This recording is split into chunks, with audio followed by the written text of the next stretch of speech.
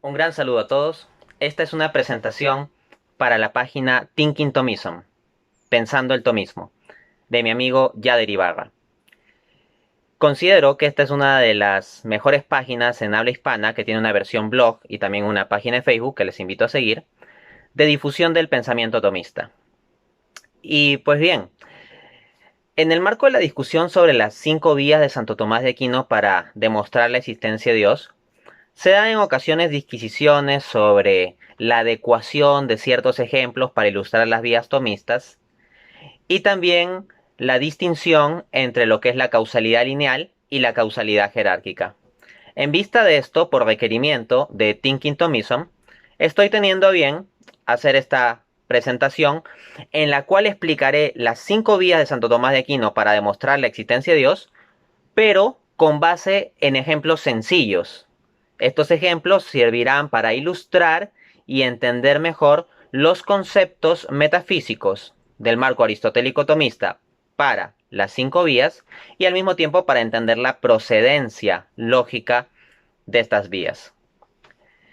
Dicho esto, sí, como preámbulo, quisiera decir que las 5 vías, cuando son bien entendidas y bien presentadas, resultan realmente efectivas para el diálogo con el no creyente. Yo me he encontrado con eso en mis debates públicos y mis interacciones por escrito. Y de hecho, yo mismo soy alguien que, habiendo sido no creyente, en concreto ateo, llegó a la fe en primera instancia a partir de un acercamiento intelectual donde el punto de partida fue la consideración de las 5 vías de Santo Tomás de Aquino. Dios, que es misericordioso, pues dispuso con su gracia de utilizar instrumentalmente ese anzuelo y luego fui profundizando a este respecto. Mi amigo Yader Ibarra, que dirige la página Thinking Thomism, es también de este caso. Él era no creyente y llega a ser creyente a partir de su contacto con el tomismo y específicamente con las 5 vías. Así que la sola existencia mía y la existencia de Yader demuestran que los argumentos tomistas sí pueden ser efectivos para el diálogo con el ateísmo. Bien, entonces, primero voy a plantear un marco general de la distinción entre la causalidad lineal y la causalidad jerárquica. La causalidad lineal es aquella que se refiere a las series accidentalmente ordenadas.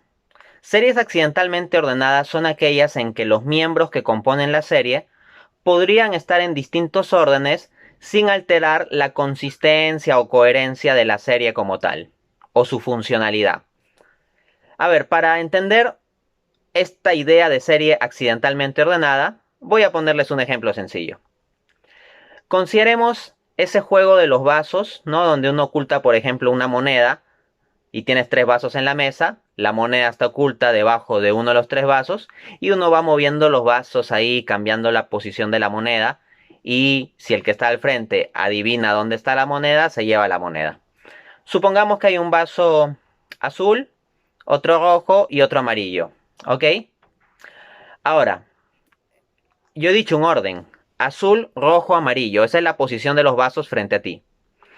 Pero yo podría variar perfectamente el orden. Podría poner el rojo primero, el azul después, el azul en tercer lugar, el amarillo al medio.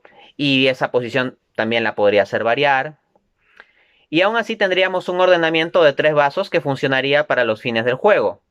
De hecho, el juego se basa en cambiar el orden de los vasos. Entonces vemos que el hecho de que el vaso azul vaya primero y después el rojo y último el amarillo es simplemente una serie accidentalmente ordenada. No hay algo que esencialmente exija que el vaso azul tenga que ir al comienzo. No hay nada que lo exija. En virtud de eso, entonces el orden podría variar y se mantendría la coherencia de la serie. Ahora consideremos la cuestión de las series esencialmente ordenadas. En contraste con las accidentalmente ordenadas, las series esencialmente ordenadas son aquellas que, para tener una coherencia, tiene que seguir una estructura de orden que no puede ser variada así nomás. Por ejemplo, tenemos una mano que mueve un bastón y ese bastón empuja una pelota. Entonces, ¿qué pasa si yo hago variar el orden? El orden es mano, bastón, pelota. Si yo hago variar el orden y pongo pelota, mano, bastón, ya no funciona. Porque no es que la pelota que esté ahí en el piso vaya a hacer mover la mano, ¿no? Y que la mano mueva el bastón en consecuencia, porque la pelota no es de por sí, en este ejemplo, inicio del movimiento. El inicio del movimiento es la mano que desea mover la pelota a través del bastón. Entonces, acá tenemos el otro tipo de causalidad, pues, la causalidad jerárquica. Hay una jerarquía, hay un orden más alto en el cual está la mano, con una causalidad superior, intencional. Luego un orden intermedio, donde estará el bastón, que es movido en virtud de la mano. Y finalmente la pelota, que es movida por el bastón, que estaría ya como efecto, ¿no? Entonces lo que acá tenemos es efectivamente una jerarquía en la causalidad, niveles de ordenamiento causal, y esa es la causalidad jerárquica. En consecuencia, causalidad lineal es la que se refiere a series accidentalmente ordenadas y causalidad jerárquica la que se refiere a series esencialmente ordenadas. Antes de entrar a la explicación de las 5 vías por medio de ejemplos, quiero hacer algunas consideraciones previas sobre la naturaleza de los ejemplos y las analogías en la argumentación filosófica. Los argumentos tomistas son argumentos de orden metafísico, no son cosas físicas. Pero en ocasiones en los argumentos tomistas se utilizan ejemplos que apelan a cosas físicas incluso para ilustrar conceptos altamente metafísicos, como es muy claro en el caso de la cuarta vía, que la vamos a ver más adelante. Lo que hay que entender entonces es que los ejemplos, cuando se trata de argumentos filosóficos abstractos, lo que buscan es ilustrar algún aspecto o ilustrar algún concepto, ilustrar aspectos, pero no es que lleguen a captar al 100% todos los detalles de la cosa a la cual buscan referirse, porque si no ya no serían ejemplos o analogías, sino directamente realidades. En consecuencia, cualquier tipo que se ponga quisquilloso en buscarle 5 pies al gato y tratar de ver el defecto de cada ejemplo que uno ponga, lo va a poder encontrar porque todo ejemplo es simplemente una aproximación, no es la cosa misma. Entonces, para que un ejemplo sea válido, no es necesario que correspondan todos los detalles, sino que el ejemplo en lo que busca ilustrar sea pertinente para mostrar algún aspecto o aspectos del concepto o línea argumentativa que se quiere dar a entender. ¿Ok? Una segunda consideración sobre esta cuestión de los ejemplos y las analogías en la argumentación tomista es que debe haber una prioridad de los ejemplos dados por el propio Aquino. O sea, si alguien se le dice, no, es que tú no entiendes bien las 5 vías, tú no las ilustras bien, ¿quién sería la persona que mejor habría entendido las 5 vías? Santo Tomás de Aquino, evidentemente. En consecuencia, si queremos ver en qué medida alguien entiende mejor o peor las 5 vías, analizando los ejemplos que da esa persona, lo primario es compararlo con los ejemplos que da Aquino. Por supuesto, hay filósofos tomistas que yo aprecio y respeto mucho y sigo sus trabajos, como Steven Nemes o Edward Fesser, que desarrollan sus disquisiciones y ejemplos y analogías a este respecto. Pero ellos no tienen que ser tomados como la prioridad, porque la prioridad de ejemplos para ver si se está entendiendo bien las 5 vías son los que da el propio Aquino. Lo que pueda decir Nemes o Fesser no es un absoluto. Recuerden que lo que aquí se está buscando ilustrar son las vías tomistas, no las vías feseristas o las vías nemesianas o algo por el estilo. ¿Ok? Entonces poner a Nemes y Fesser como absolutos, no, son referentes importantes, pero quien más entendió las 5 vías fue el propio Santo Tomás. La última consideración que quiero hacer sobre la naturaleza de los ejemplos respecto de las vías tomistas es que hay que distinguir entre lo que es un ejemplo de un concepto tomista del punto de partida de una vía y los ejemplos de pasos intermedios de la vía o ejemplos que busquen ilustrar la vía tomista en su conjunto. Es importante hacer esa distinción. ¿Por qué? Porque cuando tú quieres ilustrar el concepto de contingencia o el concepto de movimiento como paso de la potencia al acto, tú puedes hacerlo de distintos modos. Y puedes incluso hasta tomar una serie accidentalmente ordenada en la medida en que te permita mostrar el concepto. ¿Ok? Porque acá se trata de ilustrar simplemente el concepto en el punto de partida.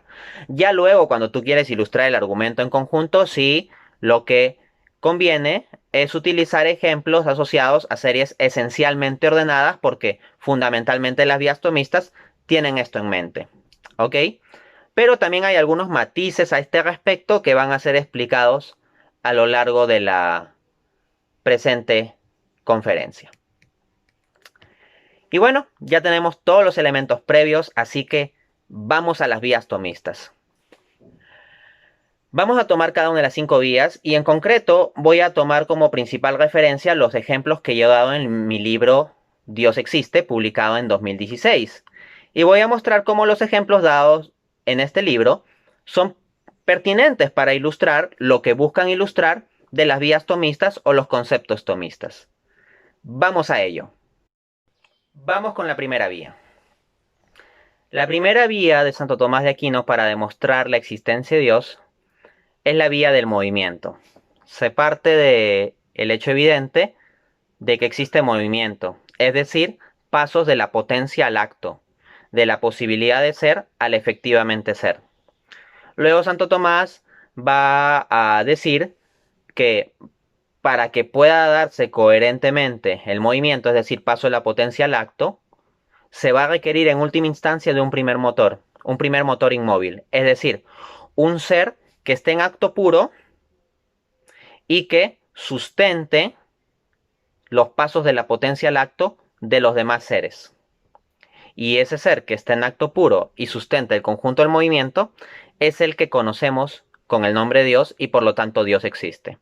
No me voy a meter aquí a una explicación detallada de toda la deducción del argumento porque eso yo ya lo he hecho en varios otros videos, mi trabajo público por escrito, en mi libro Dios existe y todo ello. O sea, entiendo que quienes ven este video pues ya están más o menos familiarizados con lo que son las 5 vías. Y más bien lo que vamos a hacer es tratar de pulir nuestro entendimiento al respecto por medio de ejemplos sencillos. Entonces vamos a examinar un tanto los ejemplos que doy en el libro. Vamos a la página 49. Dice lo siguiente, abro cita. Ilustremos lo anterior con un ejemplo sencillo. Habíamos definido a la potencia como la capacidad de ser de lo que todavía no es, y al acto como el efectivamente ser. Pues bien, en nuestro ejemplo tendremos que un balón de fútbol será un gol en potencia mientras esté en juego, y será un gol en acto cuando entre al arco. ¿Podrá por sí mismo el balón convertirse en un gol? No. El balón solo está en capacidad, potencia de ser un gol, acto, pero no existe por sí mismo en el estado de gol, siendo que para pasar de un estado de no gol a un estado de gol, movimiento, requiere ser pateado hacia adentro del arco, es decir, requiere ser movido por otro. ¿Quién es este otro? El jugador de fútbol. ¿Por qué? Porque es el que tiene la capacidad de actualizar la potencia del balón de ser un gol, conduciéndolo a dicho efecto por medio de una patada.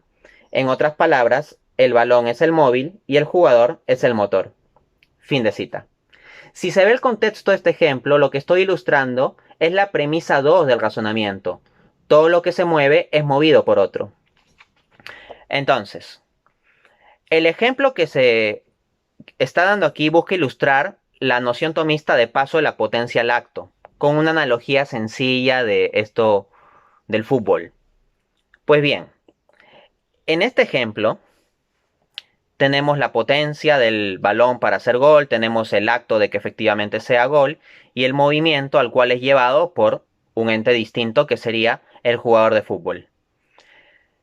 Entonces, el ejemplo cumple con su cometido de ilustrar la noción de paso de la potencia al acto y de cómo el balón es actualizado por otro, por el jugador de fútbol que da una patada en acto para hacer que el balón pase la potencia de ser gol a efectivamente ser un gol. Entonces el ejemplo es pertinente porque logra su cometido. Ahora, con este ejemplo yo quiero ilustrar toda la vía tomista con todos los pasos intermedios y todos los detalles, no. En ningún momento yo digo una tontería como de que, sí, que está el balón y que es gol porque lo pateó el futbolista, pero el futbolista lo pateó porque alguien lo había pateado a él y a ese futbolista que lo pateó otro y lo pateó otro. No, o sea, el ejemplo que estoy tomando es simplemente para ilustrar la noción tomista de paso de la potencia al acto. Y ya está. ¿Ok? Consideremos entonces otro caso. Ahora vamos a ver un ejemplo con el que yo sí busco ilustrar ya el conjunto del razonamiento tomista. Este se trata de un ejemplo o de una analogía que estoy dando ya más adelante en el argumento cuando se ha desarrollado más pasos. Lo encontramos en la página número 50 del libro. A ver. Aquí. Abro cita. Imaginemos que vemos pasar un tren por primera vez. Desconcertados nos preguntamos cómo se mueve el vagón que pasa a nuestro lado. Inmediatamente nos damos cuenta de que está siendo jalado por el vagón anterior. Pero entonces nos preguntamos, ¿y cómo se mueve ese vagón? Y nos respondemos, claro, lo está jalando el otro, que va más adelante. Pero entonces nos acosa la pregunta, ¿y qué es lo que mueve a ese? Justo en ese momento, antes de que nos respondamos, aparece alguien y nos dice, no te sigas rompiendo la cabeza, hay infinitos vagones que se mueven unos a otros. ¿Le creeríamos? Tal vez en un primer momento sí, pero si analizamos bien las cosas nos daremos cuenta de que dicha afirmación no tiene ni pies ni cabeza. Y es que si fueran infinitos vagones que se dan sucesivamente el movimiento, tendría que pasar un proceso infinito de transmisión del movimiento para que recién pueda moverse el vagón que está al lado nuestro. Pero eso es una clara contradictio in adjecto, contradicción adjetiva, pues no puede haber un infinito terminado. ¿No? Y ya está. Más adelante en la misma página digo lo siguiente. Así pues, donde hay serie hay término. Se puede contar 1, 2, 3, pero nunca se llegará a decir infinito. Por más que la serie pueda seguir de modo indefinido, siempre se estará en una cantidad definida de términos por más grande que ésta sea. No es posible entonces una cadena infinita de movimiento. Por consiguiente es necesario que exista un primer motor, o en términos del ejemplo, una locomotora. Fin de cita. ¿Es pertinente este ejemplo? ¿Está en línea con la idea de causalidad jerárquica? Sí, porque si fuera una mera causalidad lineal, serían todos puros vagones. Pero no, en el ejemplo hay una locomotora. O sea, la locomotora tiene, por decirlo así, un movimiento autónomo, hablando al menos en términos mecánicos, y aislando un poco el ejemplo del tren. Entonces, los vagones son movidos en virtud de la locomotora. Y la locomotora no es un vagón más. La locomotora está en una jerarquía de causalidad superior a los vagones que están amarrados entre sí. Entonces se ve que este ejemplo está en línea con la idea de causalidad jerárquica. Y de hecho, el ejemplo está en línea también con lo que ilustra el propio Aquino. ¿Cómo así? Bueno, resulta que en la primera vía Aquino pone un ejemplo. Así pues, él dice en la Suma Teológica, parte primera, cuestión 2, artículo 3, respuesta, ilustrando la primera vía, lo siguiente. Los motores intermedios no mueven más que por ser movidos por el primer motor. Ejemplo, un bastón no mueve nada si no es movido por la mano. Entonces, fíjense, los motores intermedios, ¿qué serían los motores intermedios? Por ejemplo, los vagones intermedios. Ok, no mueven nada, es decir, no mueven a los otros vagones, no los jalan, a menos que sean movidos por el primer motor. ¿Y quién sería el primer motor? La locomotora. Y está en una jerarquía de causalidad superior. Así como la mano que mueve el bastón para mover otra cosa, como por ejemplo una pelota, está en una jerarquía superior de causalidad. En consecuencia, el ejemplo que estoy dando en mi libro tiene correspondencia directa con el ejemplo que da el propio Santo Tomás. Ahora, si alguien cree que ignoro la distinción entre la causalidad lineal y la causalidad jerárquica porque no hablo explícitamente con esa terminología, es que le falta mucha comprensión de lectura. Porque en el mismo libro hago una formulación que explícitamente implica el contenido de los conceptos de causalidad lineal y causalidad jerárquica. Efectivamente, en la página 51 del libro, es decir, solamente en la página siguiente de haber puesto el ejemplo de la locomotora, digo lo siguiente. Abro cita. Cuando deducimos el primer motor inmóvil. Este primer motor inmóvil ha de ser entonces acto puro sin mezcla alguna de potencialidad, siendo por ello que no precisa de nada anterior a sí mismo que actualice sus potencias, de las que carece. Ha de ser origen sin origen, causa incausada. Primero, pero no meramente como parte de una serie numerable cuantitativamente, sino primero cualitativamente, es decir, como fuente ontológica primaria del movimiento y nunca como un mero cauce de este. Fin de cita. Entonces, no estoy poniendo el primer motor como simplemente un primer miembro dentro de una causalidad lineal o de una serie accidentalmente ordenada. Explícitamente estoy diciendo que el primer motor está en otro orden de cosas, que es cualitativamente distinto. No es un mero miembro cuantitativo más, aunque sea el primero de la serie cuantitativa. No, es cualitativamente distinto y da su sustento a todo. Ahora, a veces se va a la cuestión de la simultaneidad, ¿no? Y se dice, bueno, es que lo que se requiere es que el primer motor dé un sustento simultáneo al conjunto de los miembros de la cadena. Bueno, en el ejemplo de la locomotora, que es con el que busco ilustrar el conjunto del argumento, la locomotora da simultáneamente en su acto de moverse el sustento a todos los vagones para que estos puedan ser movidos. Entonces el ejemplo tiene correspondencia. ¿Ok? Bueno, para seguir abundando en esto, vamos a la segunda vía. La segunda vía es la de la causalidad eficiente. Si hay un orden de causas eficientes, de causas y efectos, en lo que observamos, y entonces en la vía atomista se deduce de que para esto se requerirá de una causa primera que no sea causado por otro, o sea, una causa incausada. Y es lo que conocemos con el nombre de Dios. ¿Ok? Entonces, en el caso de la segunda vía, lo que nosotros tenemos es que la causalidad de la cual se habla, de Dios como causa, es Dios como cualitativamente distinto también del conjunto de cosas del universo que puedan tener un orden de causa eficiente o sus respectivas cadenas de causa-efecto. De hecho, demostración de esto es que explícitamente en el libro digo que el argumento tomista de la segunda vía sería incluso compatible con un universo eterno. Si el universo fuera eterno, si fuera temporalmente infinito, incluso si supusiéramos ello, aún así la segunda vía funciona. ¿Y qué implica esto? Que yo estoy consciente de que incluso en la hipótesis de que hubiese una serie accidentalmente ordenada de causas que fuese infinita, aún así requerirían de una causa esencial y trascendente, o sea, una causalidad jerárquica que la sustente, que sería Dios. Así en concreto, en la página 75 del libro digo lo siguiente, abro cita.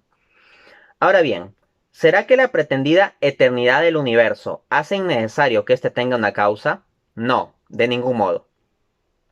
Y es que incluso si aceptásemos que el universo siempre ha existido, es necesario que le postulemos una causa, porque es esencialmente contingente. Ahí hago un paréntesis. Dense cuenta de que, mira, incluso un universo que haya existido siempre y que pueda estar accidentalmente ordenado como serie, aún así sería esencialmente contingente. Así que yo entiendo esta distinción. Y sigo con la cita.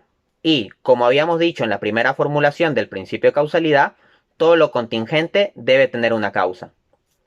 Esto lo había entendido muy bien Santo Tomás de Aquino cuando en su opúsculo sobre la eternidad del mundo contra los murmurantes, sostuvo que el problema de la creación, causación, del universo no se identifica necesariamente con el de su origen temporal, ya que incluso si ha existido siempre, por causa de su contingencia, era necesario que sea ontológicamente causado y sostenido por el ser subsistente, es decir, Dios.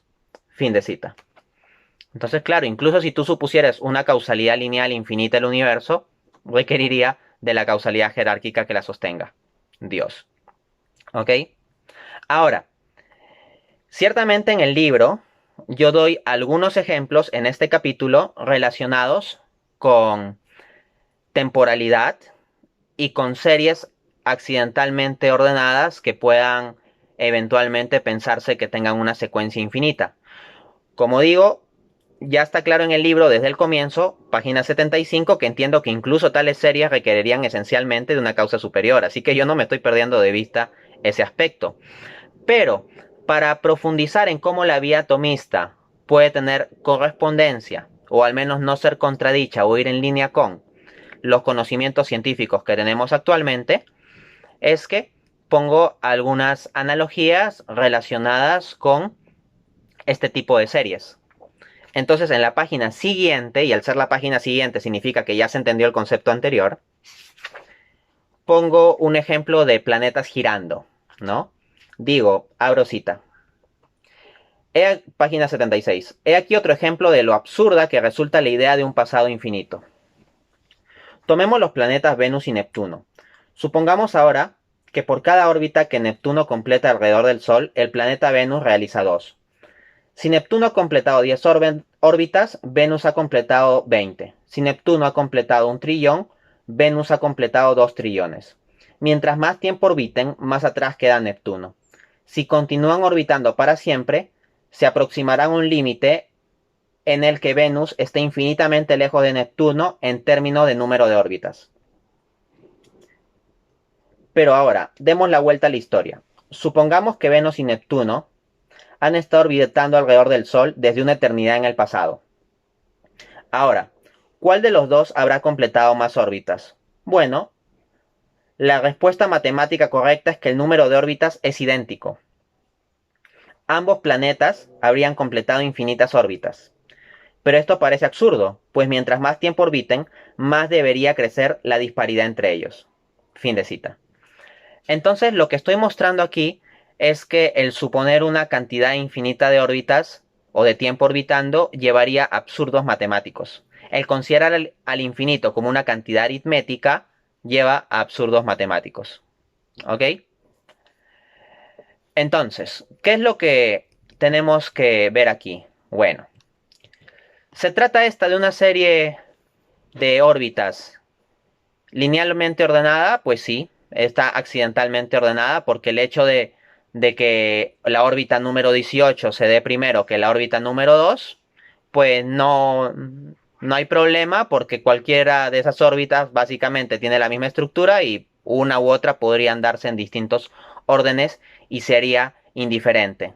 Entonces, ciertamente este es un ejemplo donde está involucrada una causalidad lineal o de serie accidentalmente ordenada. Esto es la serie de las órbitas de los planetas. ¿Ok? De hecho, en algunas ocasiones yo también ilustro estas nociones diciendo, no puedes terminar una serie de una carrera de obstáculos con infinitos obstáculos. O digo, antes de grabar este video yo no puedo realmente decir que he terminado de grabar infinitos videos, porque eso sería absurdo. Entonces, ahí tenemos un conjunto de ejemplos con series accidentalmente ordenadas. Entonces algunos saltarán a decir, Dante, pero ¿cómo es posible que tú pongas un ejemplo con una serie accidentalmente ordenada? ¿Es que no entiendes nada? Bueno, quien diga eso es que más bien no me entiende a mí. Porque antes de este ejemplo en la página 76, en la página 75 ya se había precisado la necesidad de una causalidad jerárquica, incluso para las series accidentalmente ordenadas e incluso si se las supusiera infinitas. Así que si alguien no tiene comprensión de lectura o toma aisladamente algo que yo digo para tergiversarlo, pues ya eso no es problema mío, no es un problema de mi pensamiento, sino de la persona que malentiende, ¿no? En principio yo trato de explicar claro para todas las personas que me quieran entender. Ya si alguien no me quiere entender porque tiene un odio al teísmo o una animadversión al cristianismo o con la iglesia católica o algún problema con mi persona o algo así, bueno, no me entenderá, pero ya no es por una cuestión de intelecto, sino de voluntad, ¿no? O de sentimientos, incluso. Pero voy a dar 3 razones por las cuales puede ser útil que un tomista ponga ejemplos con causalidades accidentalmente ordenadas. Primera razón, porque esto permite explicar la insuficiencia de series accidentalmente ordenadas, incluso si fueran hipotéticamente infinitas. ¿Ok? O sea, piensen, ¿qué pasaría si los tomistas nunca analizan la posibilidad de la insuficiencia de series accidentalmente ordenadas y nunca lo ilustran con un ejemplo? Que podría quedar sin tocar la idea de que tal vez las series accidentalmente ordenadas, si fueran infinitas, podrían ser subsistentes y no necesitarían de Dios. Para evitar que alguien piense eso, entonces es legítimo que los tomistas tomemos en ocasiones algún ejemplo, una serie accidentalmente ordenada, y mostremos que incluso en ese caso se sigue requiriendo de Dios. Entonces se requerirá de Dios en causalidad jerárquica y causalidad lineal. Pero ojo, acá no se viola el principio tomista de entender la causalidad de Dios como causalidad esencial. ¿Por qué? Porque cuando el tomista tome algún ejemplo de series accidentalmente ordenadas y diga que requieran de Dios, cuando diga que requieran de Dios, no va a poner a Dios como un elemento más de la cadena accidentalmente ordenada, sino va a poner a Dios como un elemento superior en jerarquía para explicar la cadena accidentalmente ordenada. Y eso es precisamente lo que hago en mi libro. De hecho, tengo un video entero, como de 1 hora, titulado El argumento cosmológico tomista, y digo que incluso si el universo fuera eterno, aún así requeriría de sustento causal en Dios por ser contingente. ¿Ok? O sea, incluso si tú tuvieras una serie accidentalmente ordenada infinita, en el ejemplo del universo eterno, requeriría de Dios. Y es valioso que un tomista aclare eso. Es bueno, es necesario. De otro lado, en mi debate contra Luis Arbaiza, recuerdo haber puesto el ejemplo de una serie de libros que se copian, ¿no? Un libro que es copia de un libro anterior y ese libro anterior es copia de otro libro anterior. Y esa es una serie accidentalmente ordenada de libros que se van copiando. Pero luego digo que incluso si supusieses infinita esa cantidad de libros, se sigue requiriendo de un autor.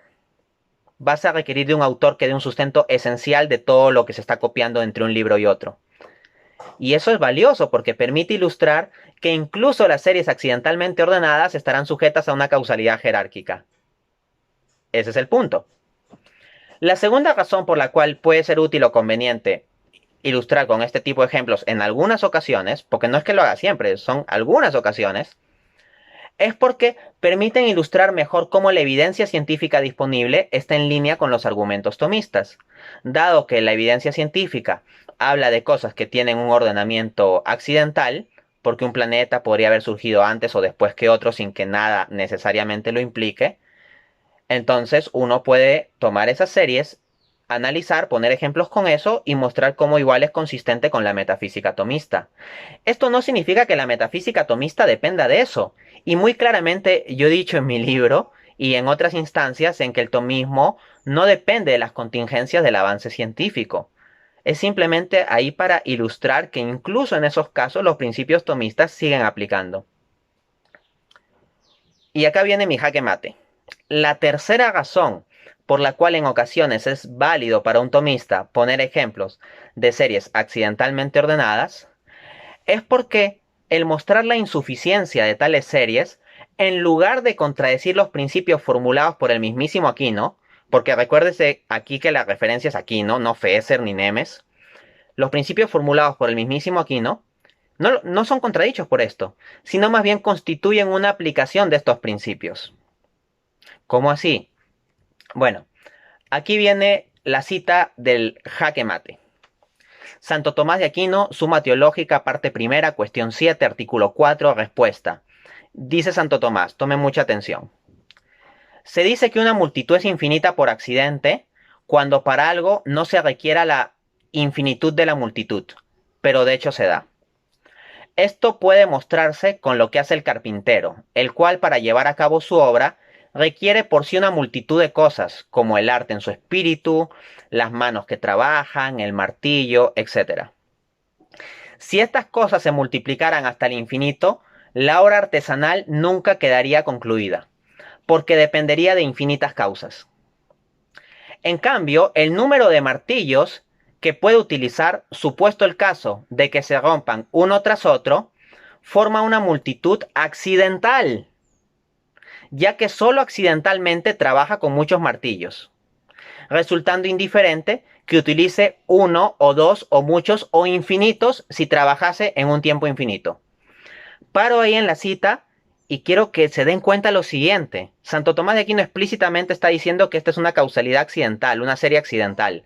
O sea, el hecho de que un martillazo vaya antes que otro, o un martillo hasta que se rompa vaya antes que otro, es algo accidental. Podría ser de un modo o de otro, ¿no? Primero el martillo rojo, luego el martillo azul, luego el martillo verde, o primero el martillo verde. Entonces, Santo Tomás está hablando de una serie accidentalmente ordenada. ¿Ok? Entonces, Santo Tomás está dilucidando ese ejemplo. Santo Tomás está poniendo un ejemplo con una serie accidentalmente ordenada. Y vamos a ver cómo sigue desarrollando la lógica de ese ejemplo. Vuelvo con la cita. Esta es la razón por la que establecieron como posible que existiera en acto una multitud infinita por accidente.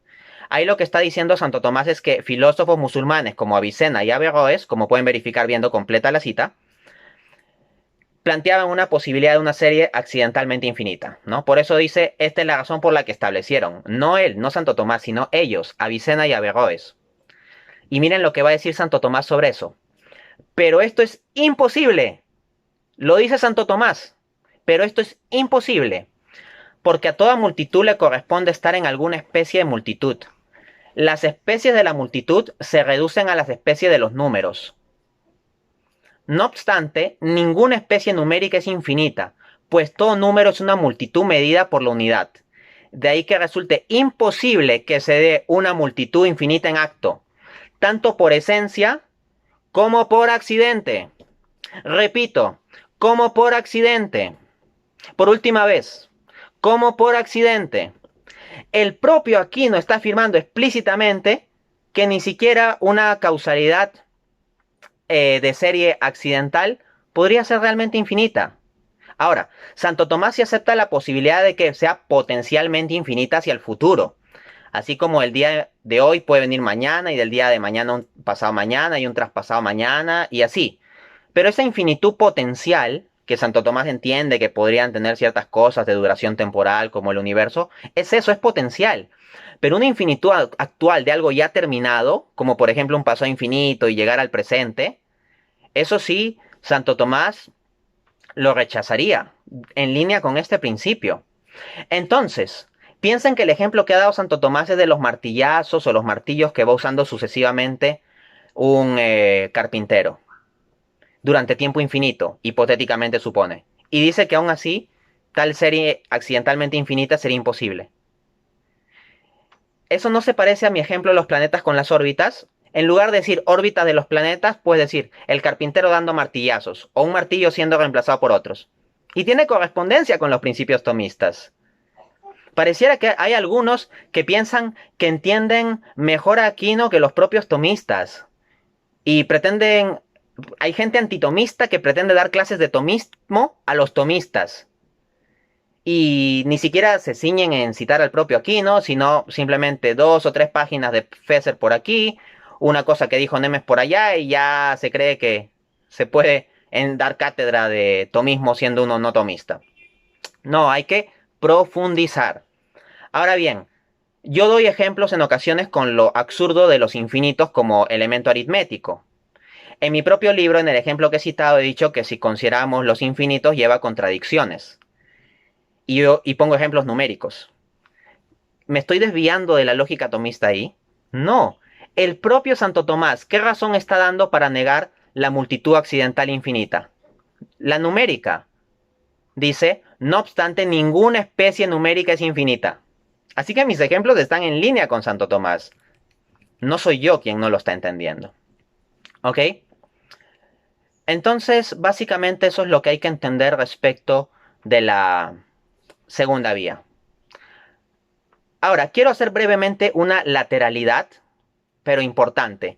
La cuestión del Big Bang y el modelo inflacionario, que se ha armado un poco de discusión en torno a eso. A ver, hay que entender aquí. El modelo estándar en física, para entender la base del origen del universo, es el modelo del Big Bang. ¿Ok? Ahora bien, el modelo del Big Bang tiene huecos, no es un modelo absoluto.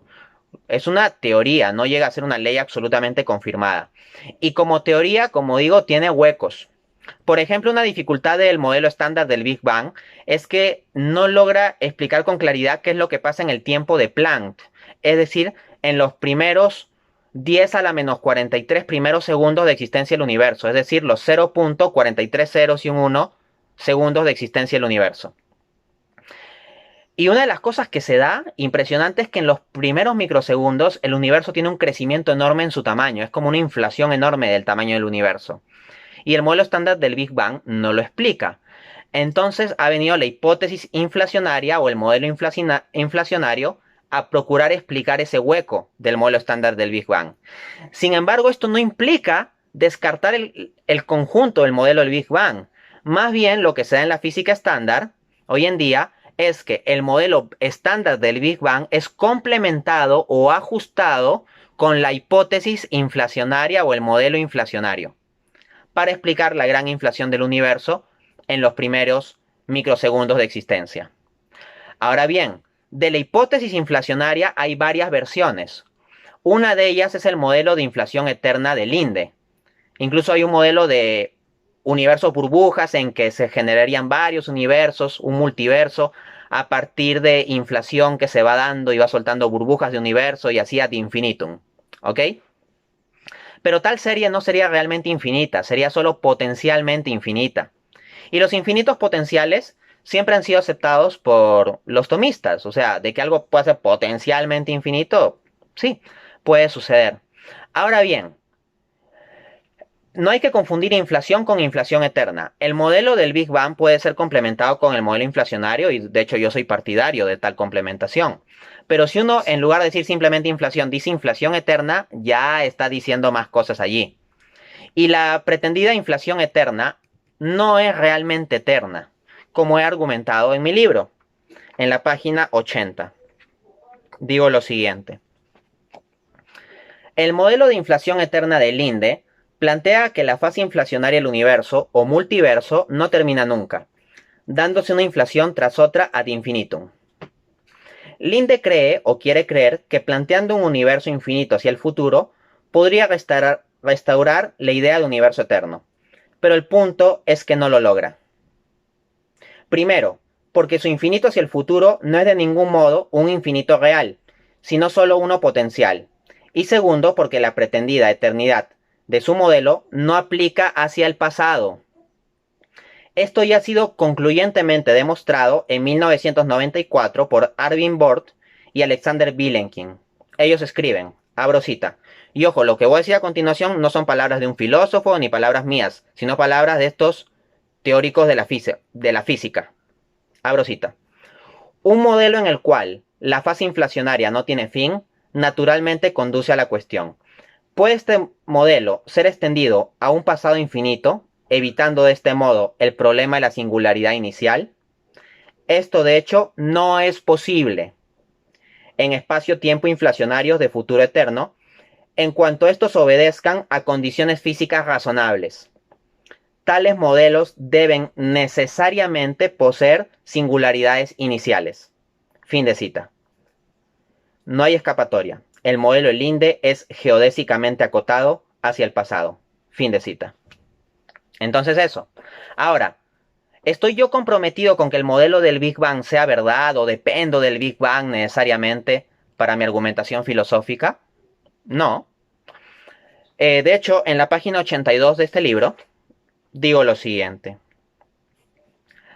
Abro cita. A ver. El argumento tomista a partir de la causalidad es primariamente filosófico, y por tanto no depende de las contingencias científicas. Es perfectamente posible que el inicio del universo, o si se quiere, multiverso, en su conjunto sea distinto al que ahora identificamos con la singularidad del Big Bang hace como 13.7 millones de años. Tal vez en el futuro se descubra que el origen del universo es mucho más sofisticado y complejo. Sin embargo, esto no afecta en nada al argumento filosófico tomista, pues en ningún momento tiene una premisa del tipo el universo comenzó en la singularidad del Big Bang. Se apela a ello como elemento ilustrativo de la vía, dado nuestros conocimientos científicos actuales. Pero el principio metafísico de causalidad es mucho más profundo. Queda bien aclarada entonces esta cuestión. Consideremos ahora la tercera vía. En la tercera vía se parte de la contingencia de los seres, es decir, que los seres existen pero como dependiendo de otros para existir, y se llega en consecuencia a Dios como el ser absolutamente necesario que sustentaría la existencia de los demás. ¿Ok? En esa línea encontramos el siguiente ejemplo en la página 92 de mi libro. A ver, abro cita. Como evidencia lo anterior, simplemente pensemos en nosotros mismos. Existimos, claro, pero no existimos por nosotros mismos. Dependemos de la existencia de otros seres para existir. Sean precedentes, por ejemplo, de la existencia de nuestros padres, si ellos no hubieran existido, nosotros simplemente no podríamos existir, o de nuestro entorno. Por ejemplo, sin oxígeno, agua o alimento, no sería imposible vivir o sobrevivir. Fin de cita.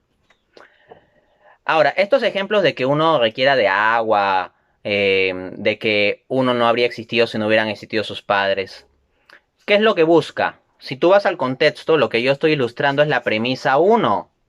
Existen los seres contingentes. No estoy buscando ilustrar toda la cadena del razonamiento tomista. Simplemente la noción de contingencia, o sea, de que hay unos seres que existen no necesariamente, sino dependiendo de otros, ¿no?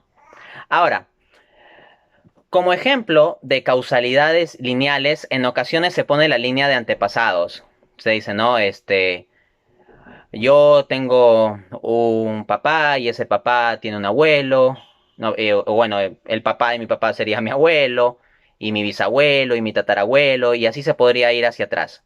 Y ciertamente esa sería una serie accidentalmente ordenada. O sea, se dio el caso de que ese sea el orden, pero no hay nada intrínsecamente que obligue a que necesariamente tendría que ser ese el orden, al menos si ponemos a pensar en posibilidades. ¿Ok? Pero el ejemplo que yo estoy dando aquí es de otra naturaleza. ¿Por qué?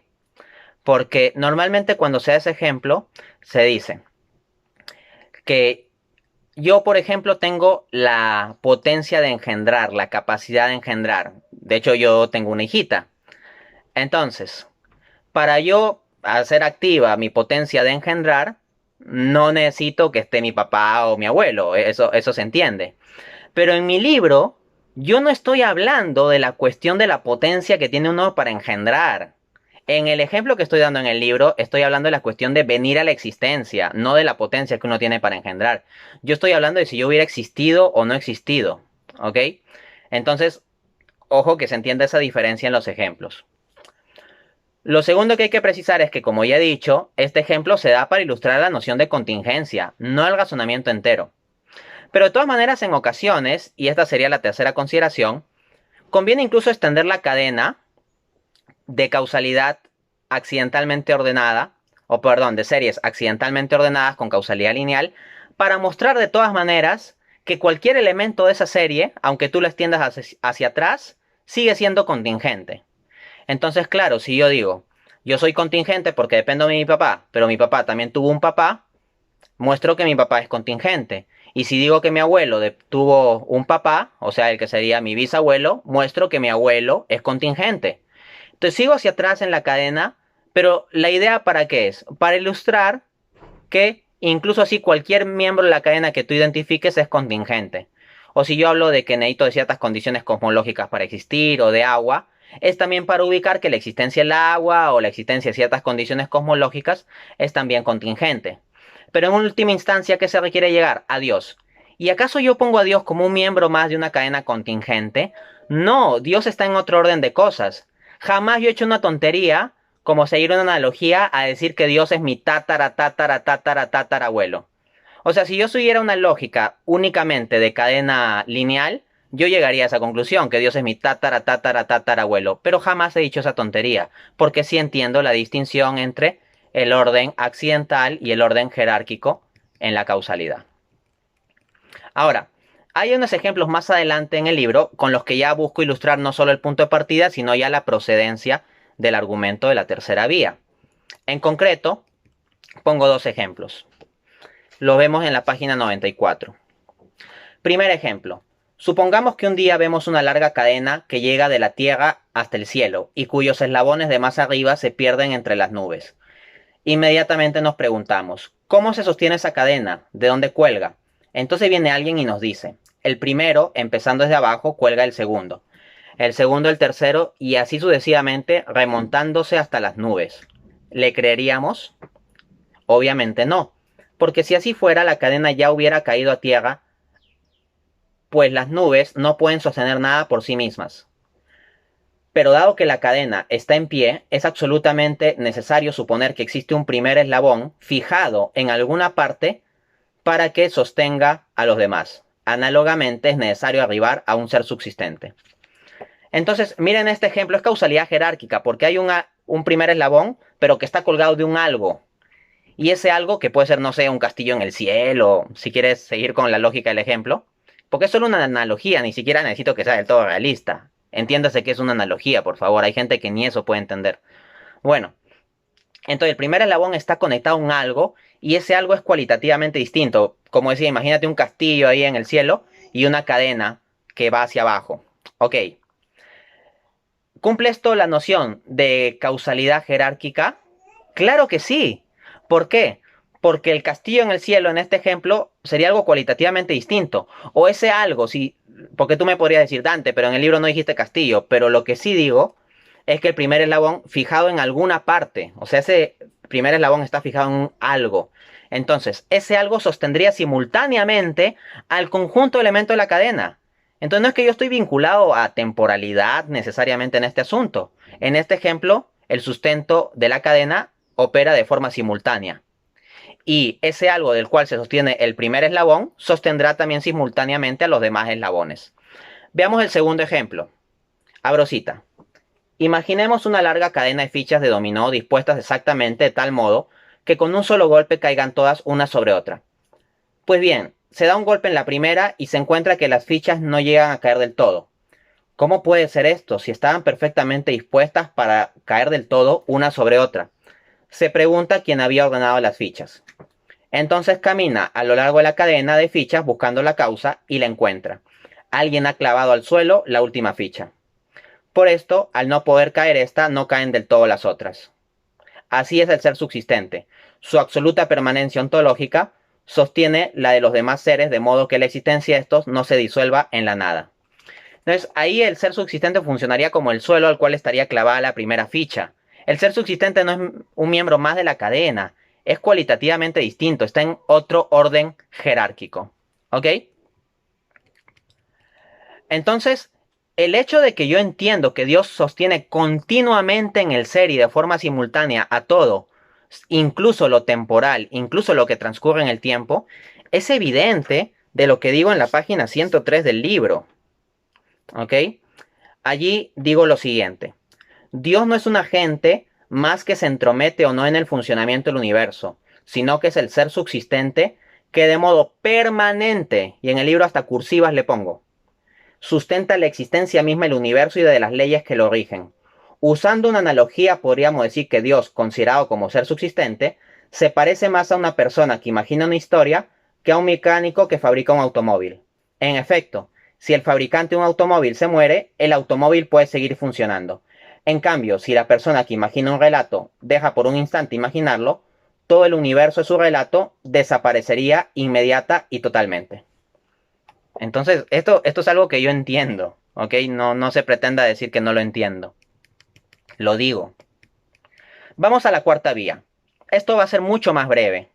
La cuarta vía llega a la existencia de Dios como ser perfectísimo, del cual participarían los demás seres en sus perfecciones limitadas y dispersas.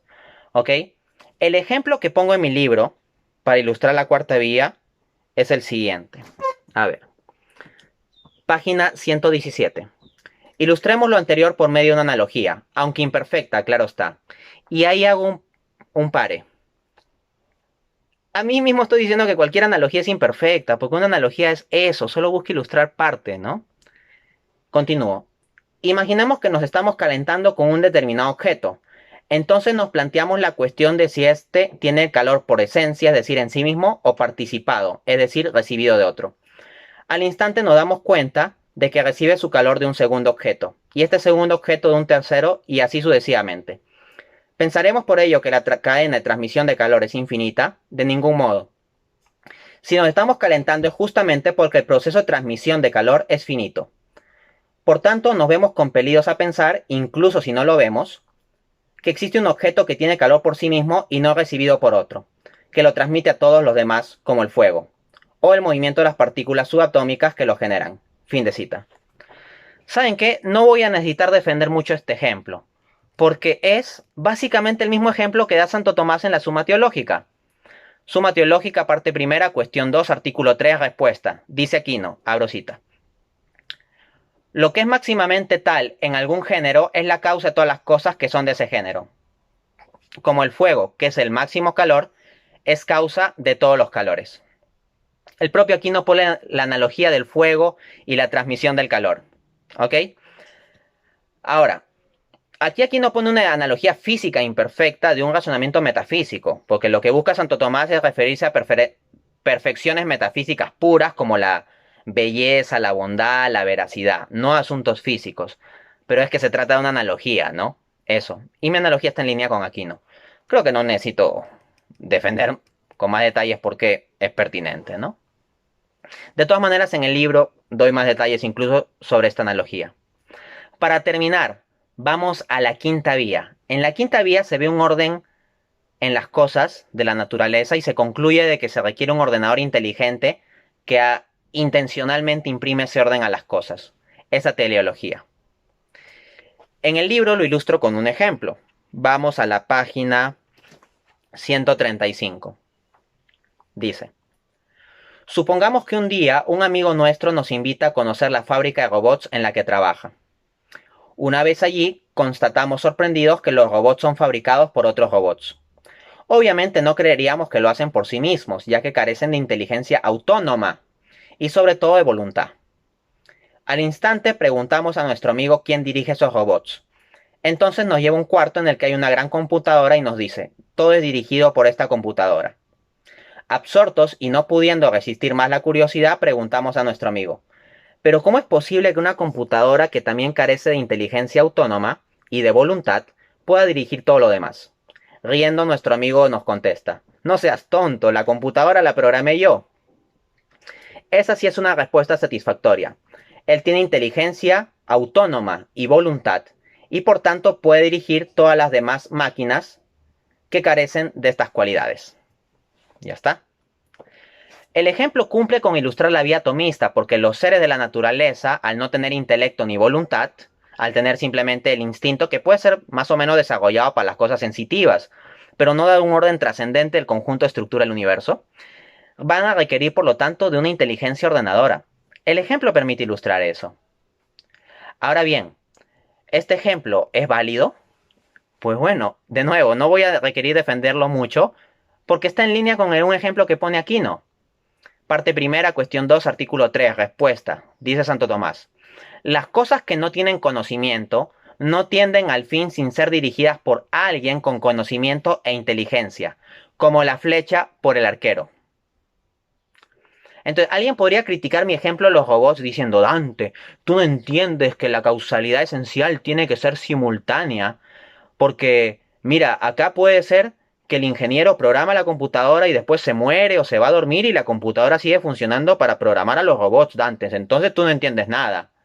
Oye, pero con esa lógica tendrás que decir que ni siquiera Santo Tomás de Aquino entendía la quinta vía, para dar un ejemplo, porque la misma crítica se puede aplicar al ejemplo Aquino.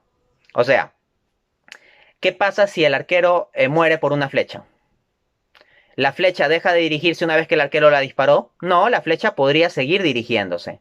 Lo que pasa es que en la quinta vía el énfasis ya no está en el sustento ontológico permanente, porque eso lo han abordado las vías anteriores, especialmente la tercera, sino la quinta vía se enfoca en la estructura de ordenamiento intencional de las cosas.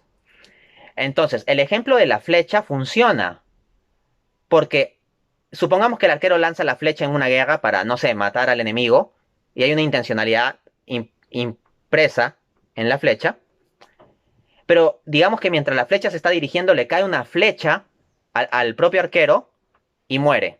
La flecha seguirá dirigiéndose, pero igual se cumple la estructura intencional. ¿Ok? Claro que por las vías anteriores y también por el concepto de lo que es Dios y por el sustento ontológico que él da a la estructura de cosas, hay que decir que Dios no es que muera, ¿no? Pero lo que quiero decir es que, haciendo una analogía imperfecta, es suficiente para ilustrar el punto que se quiere ilustrar. Además, tampoco hay que ser obsesivo con tomar el estándar de que todos los ejemplos que se tienen que poner tienen que implicar simultaneidad. No, el arquero primero dispara la flecha y luego hay un transcurso en que la flecha va dirigiéndose a su objetivo. E igual es un ejemplo legítimo porque permite ilustrar la intencionalidad, aunque haya distinción temporal. Primero el arquero dispara, después la flecha se va dirigiendo en un transcurso. He dado un caso acumulativo, pues creo bastante claro para entender las 5 vías y para mostrar también cómo los ejemplos que yo he puesto en mis obras sobre las 5 vías son ejemplos pertinentes, están en línea con, con el pensamiento tomista, no contradicen explícitamente nada que aquí no haya formulado y de hecho son ejemplos bastante correspondientes con los mismos que da Aquino.